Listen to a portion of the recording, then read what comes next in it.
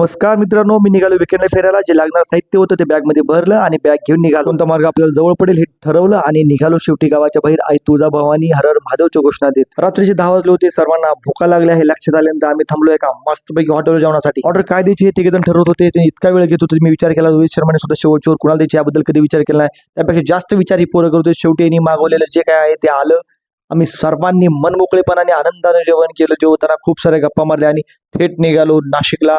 आलो इथं मुक्काम केला. सकाळ झाली आणि निघालो दर्शनाला. सर्वांनीच एकदम टकाटक कपडे घातले होते. मंदिराच्या बाजूलाच एक कुंड होतं. त्या कुंडामध्ये आलो. सर्वांनी हात पाय धुतले आणि आलो थेट मंदिराच्या जवळ. एकूण 12 ज्योतिर्लिंग आहेत, त्यापैकीच हे एक त्र्यंबकेश्वर. तिथे आल्यावर आम्ही सर्वांनीच आमच्या कपाळावर मस्तपैकी एक गंध लावला. तिथे लावलेला हा मोठा त्रिशूळ सर्वांच्याच लक्ष वेधून घेत होता. आम्ही आलो थेट दर्शन रागेत. हर हर महादेव बम बम बोलेच्या घोषणा ते सर्वांनी दर्शन केलं. तिथून पुढे बाजूला आलो. एक छोटं मंदिर होतं.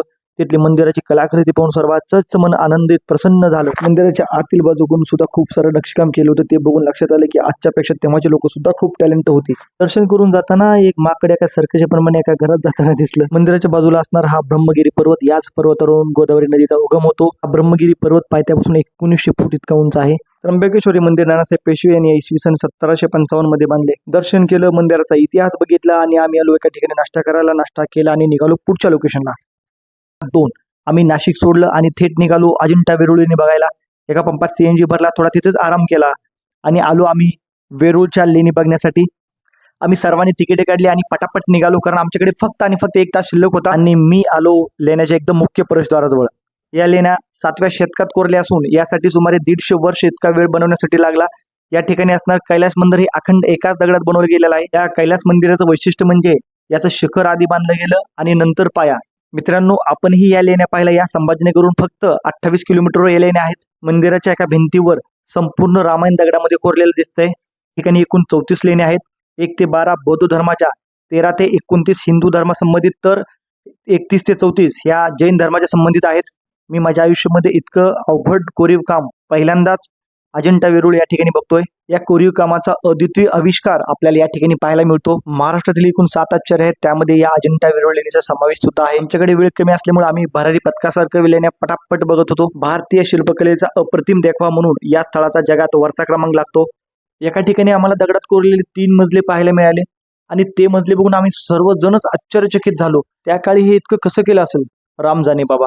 पुन्हा निघालो आम्ही पुढची लेणी बघायला आणि हा दिनेश फोटो काढण्यामध्येच बिझी होता. 1839 साली जॉन स्मिथ नावाचा ब्रिटिश लष्करी अधिकारी या ठिकाणी वाघाचा शिकार करण्यासाठी आला. त्यावेळेसच ह्या लेण्या निदर्शनास आल्या. या ठिकाणी गौतम बुद्धाच्या विविध भावमुद्रा आपणास बघायला मिळतात. आपल्या चलनामधील असणारे 20 रुपयाच्या नोटा यावर सुद्धा अजिंठा वेरूळचं चित्र दिलेलं आहे.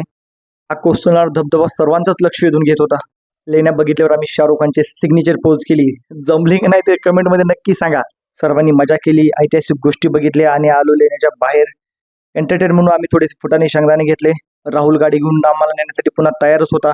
गाडीत बसलो आणि थेट आलो घृष्णेश्वरचं दर्शन करायला. एकूण 12 ज्योतिर्लिंगापैकी घृष्णेश्वर हे एक. या ठिकाणी शर्ट आणि बनियन काढूनच दर्शन करण्याचा नियम होता. आम्ही सर्वांनी दर्शन केलं आणि आलो बाहेर. सर्वांनी मोठ्या आवाजात हर हर महादेवचा जयघोष केला आणि निघालो आम्ही घराकडे. रात्रीचे 10 वाजलेले होते. मी एका हॉटेलवर जेवणासाठी थांबलो. सर्वांनाच भूक लागली होत्या. ताव द्यायचं ठरवलं. मस्तपैकी प्रत्येकाला जे लागेल ते ऑर्डर केले आणि सर्वजण मन मोकळेपणाने गप्पा मारत मारत आम्ही जेवलो. जेवण झाल्यानंतर मी माझ्या आवडीचा फंटा घेतला आणि निघालो हॉटेलच्या बाहेर. सर्वजण थकले असल्यामुळे गाडीत बसल्या बसल्याच झोपले. राहुल आपलं मोठ्या आवाजात गाणे ऐकून मस्त गाडी चालवत होता. शेवटी रात्री 2ला आम्ही घरी पोहोचलो. राहुलनं सुखरूपपणे सोडून टाटा करून निघाला आणि मी आलो माझ्या घरी. Good night.